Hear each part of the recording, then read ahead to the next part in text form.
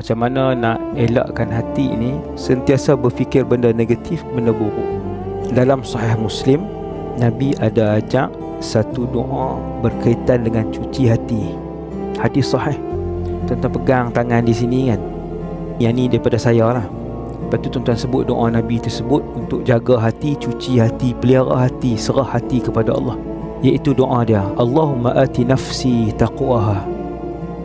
Ya Allah, Kau beri ketakwaan kepada hati ni. Wa zakkiha anta khairu man zakkaha. Ya Allah, cucilah hati ni. Sesungguhnya Engkau yang paling baik menyuci hati, sebaik-baik yang mencuci hati. Anta waliyuha wa maulaha.